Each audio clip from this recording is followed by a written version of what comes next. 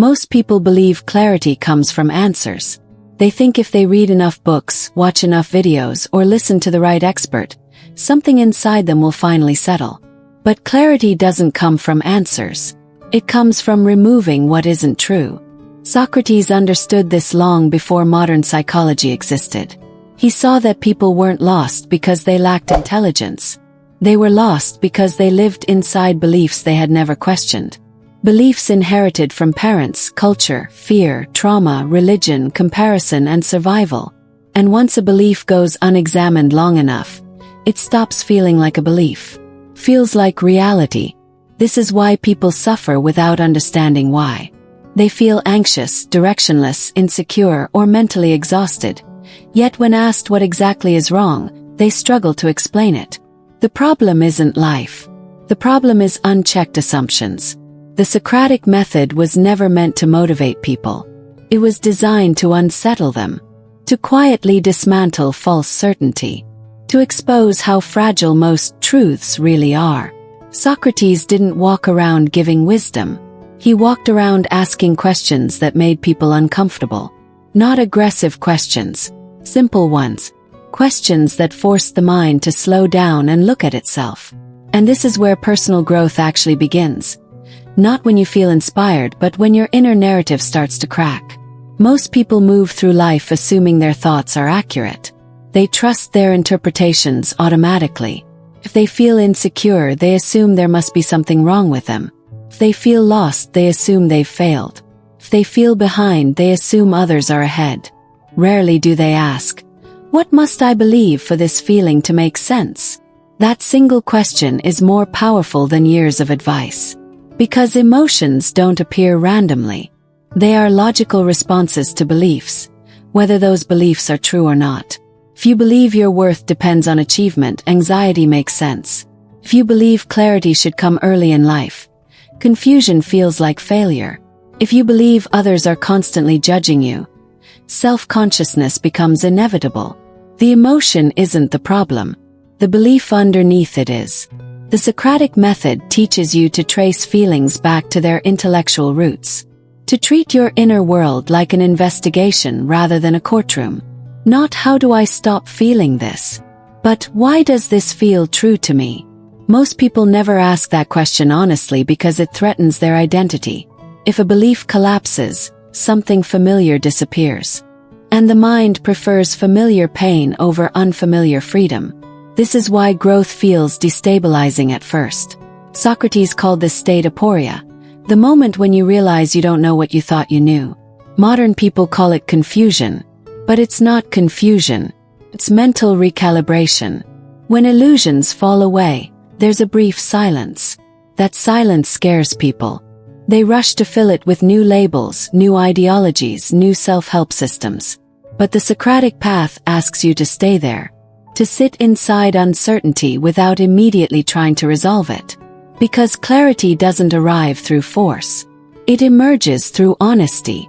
Think about how often people say, "I don't know what I want." That sounds like confusion, but it usually isn't. More often, it's a conflict between desire and permission. They know what they want, but they don't believe they're allowed to want it. Or they fear what wanting it might cost them.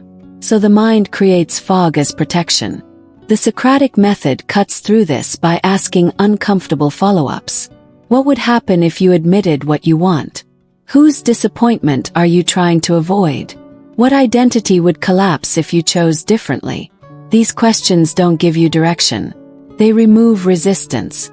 And once resistance is gone, direction often becomes obvious.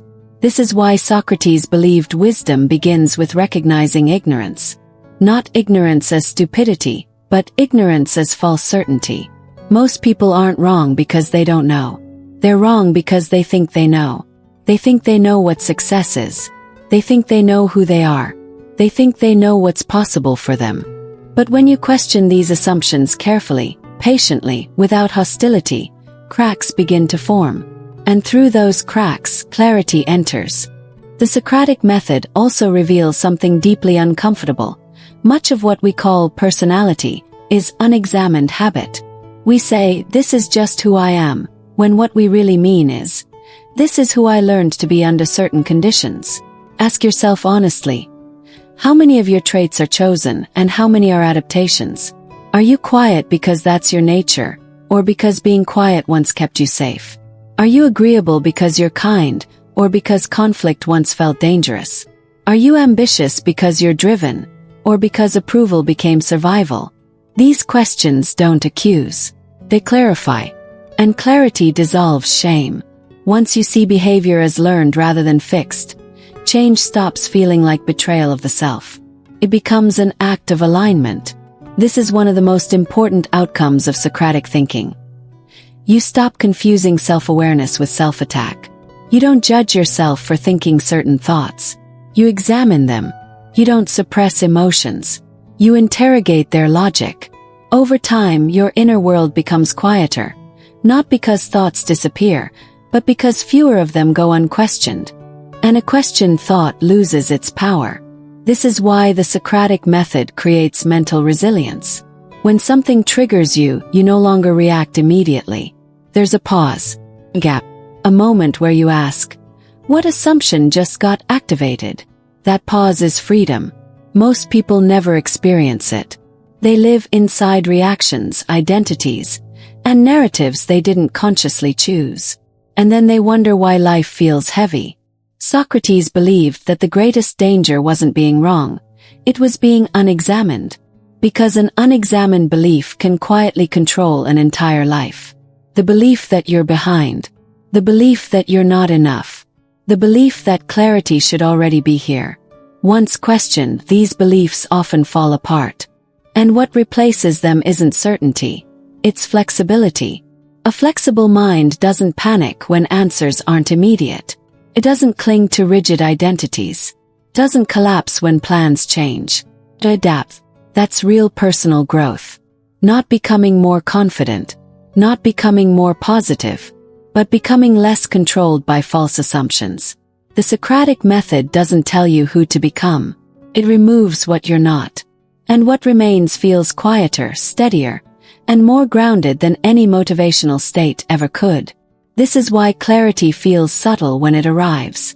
There's no dramatic breakthrough. No emotional explosion. Just a sense that things make more sense than they used to. You react less.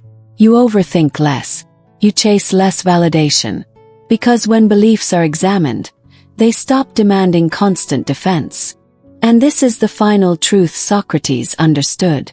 A mind that questions itself honestly becomes difficult to manipulate. By others, by fear, by culture, by its own emotions. That is freedom, not certainty, not confidence, but clarity. If this way of thinking resonates with you, subscribe to this channel. Here we don't chase motivation or easy answers. We explore philosophy, psychology, and mental discipline designed to sharpen the mind, not comfort illusions. Because the quality of your life will always be limited by the quality of the questions you're willing to ask. And once you learn how to question yourself properly, clarity stops being something you seek. It becomes something you practice.